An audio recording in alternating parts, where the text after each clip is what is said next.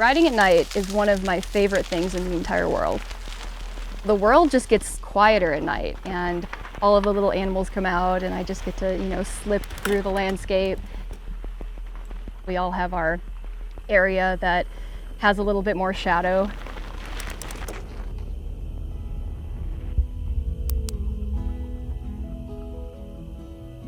I had a history of getting into relationships where the partner cut me down.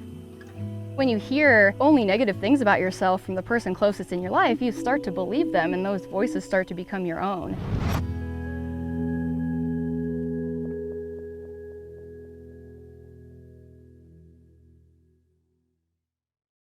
Good boy.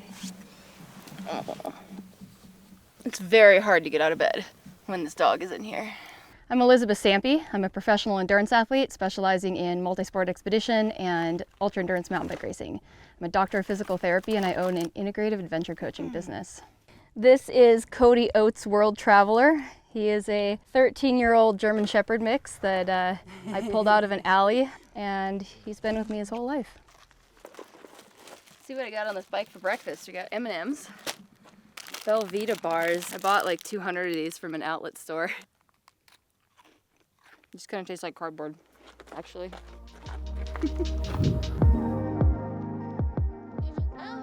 I moved to Arizona in the fall of 2018 chasing a man.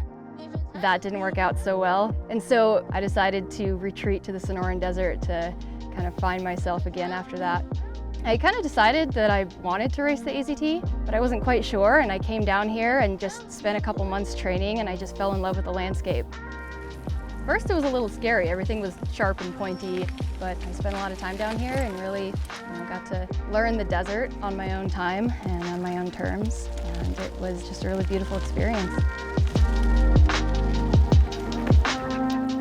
In early 2019, I was approached by a good friend of mine who was involved in starting a new bike company called Revel Bikes. This was a big secret. And he asked me if I wanted to ride for their company and represent Revel in the Arizona Trail. I got myself a Rascal, and I built the bike up about 5 days before the race. That's like the cardinal rule, don't test new gear on a race, but I figure, hey, what's the best way to test a bike than go for a 750-mile ride?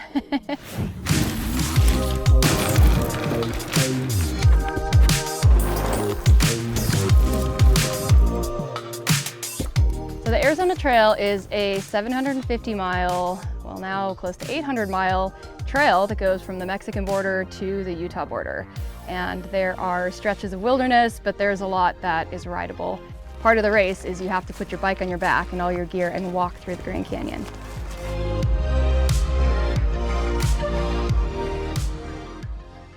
I raced the Colorado Trail in 2018, and I basically went for broke and just drove myself into the ground, and my body hated it and I felt terrible. I didn't really have any fun, and so I actually didn't finish the CT. I pulled off 22 miles from the finish.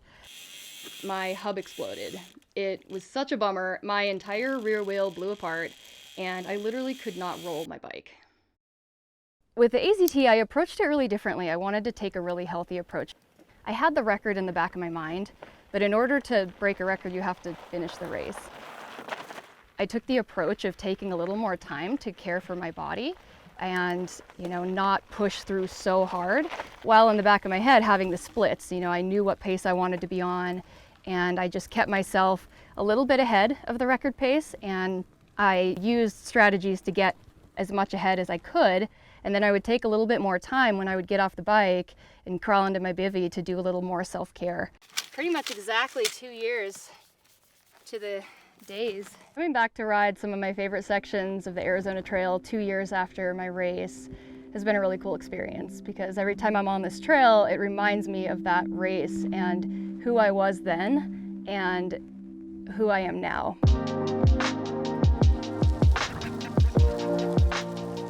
One of my core beliefs as a human is that if we mine enough in the dark caves of life, we can find gold nuggets buried in there. That is literally what has gotten me through everything. I'm gonna mine for those gold nuggets in the dark caves, no matter how long it takes me. I had to shut those voices off and keep myself focused, and I was able to make up 2 hours in those last 70 miles. So the first 300 miles, I was holding myself back. I didn't want to go out too strong. I was keeping a good pace still, but I felt really good. And after the first 300 miles, I got to kind of go for it. I literally finished right at sunset, and you could see the golden light, spread out on the red cliffs of Utah. And I remember standing at the top and just being like, holy crap, even if everything disintegrates right now, I can still run down to the finish. I broke the women's record by only 2 hours. My record time is 9 days, 11 hours, and 44 minutes. Reflecting back at the Arizona Trail Race and where I am now, it reminds me of the healing that I went through during that race, and that I don't have to let those past relationships haunt me. I feel like sometimes our minds forget who we are and what we're capable of, but our body remembers.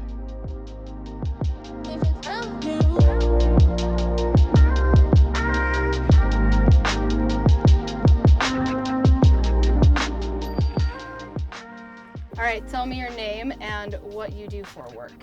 My name is Matt Nelson, and I'm the Executive Director of the Arizona Trail Association.